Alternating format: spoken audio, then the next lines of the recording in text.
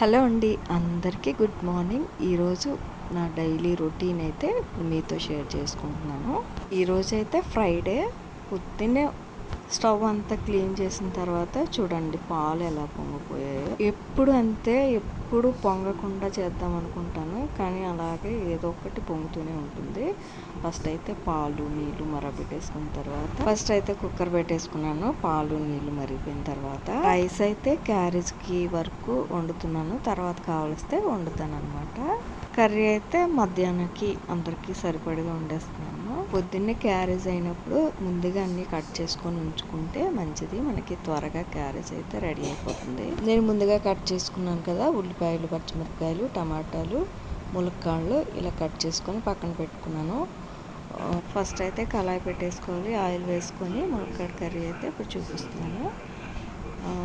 కొంతమంది అయితే ములక్కాళ్ళు వేయించి తీస్తారు, కానీ మాకు అలా నచ్చదు. ఫస్ట్ పోపులు వేసుకొని ఉల్లిపాయలు, పచ్చిమిరపకాయలు వేసుకొని ఇవి కొంచెం బాగా వేగనిచ్చాలి. ఇవి తొందరగా వేగాలంటే ఫస్ట్ అయితే సాల్ట్ వేసుకోవాలి. కొద్దిగా కరివేపాకుని కూడా వేసుకుంటే మంచి టేస్ట్ వస్తుంది. తొందరగా వేగాలంటే సాల్ట్ వేసుకోవాలని చెప్పాను కదా, ఇప్పుడు సాల్ట్ వేసుకుంటున్నాను.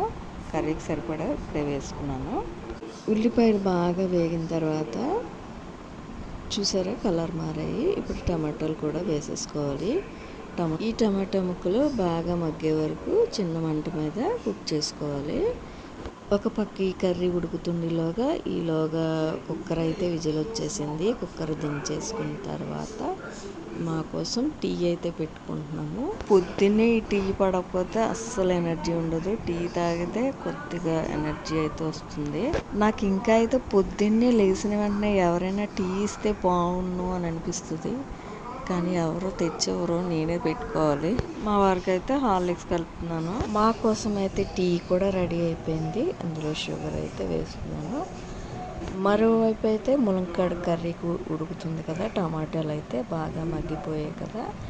ఇప్పుడు ములక్కాళ్ళు అయితే ఇందులో వేసేసుకుందాము. ఈ ములక్కాళ్ళు వేసిన తర్వాత కూడా ఈ ములక్కాళ్ళు బాగా వేయించుకోవాలి. కొద్దిగా మూత పెట్టుకుంటే బాగా మగ్గుతాయి అన్నమాట. టీ దించేసుకున్న తర్వాత చారు అయితే మాకు కంపల్సరీగా చారు ఉండాలి. చారు పెట్టేసుకున్నాను. ములక్కాళ్ళు అయితే కొద్దిగా మగ్గాయి కదా, కొంచెం అటు ఇటు తిప్పుకొని దీనికి సరిపడగా కారం కూడా వేసేసుకోవాలి.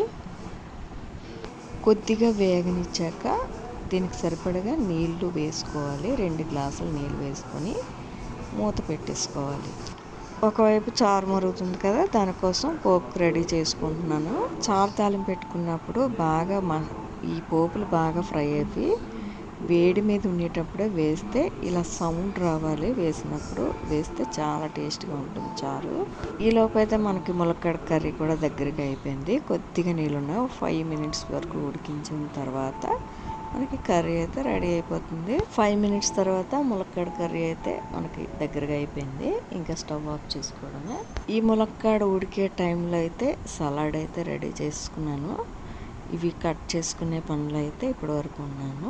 సలాడ్లో అయితే కొత్తిమీర లేదు, ఉన్నవే అలా కట్ చేసి చేశాను. ములక్కాడ కర్రీ అయిపోయిన తర్వాత ఓట్స్ కూడా పక్కన రెడీ చేసేసుకున్నాను. మార్నింగ్ వంట అయితే ఇలా ఉంటుంది. మా డైలీ రొటీన్ అయితే ఇది. ఈరోజైతే ఇంకా టిఫిన్లు అవి చేయలేదు. టిఫిన్లు చేసి ఉంటే ఇంకా ఉన్నాను. మీ మార్నింగ్ రొటీన్ కూడా ఇలానే ఉంటుందా? ఉంటే నాతో షేర్ చేయండి.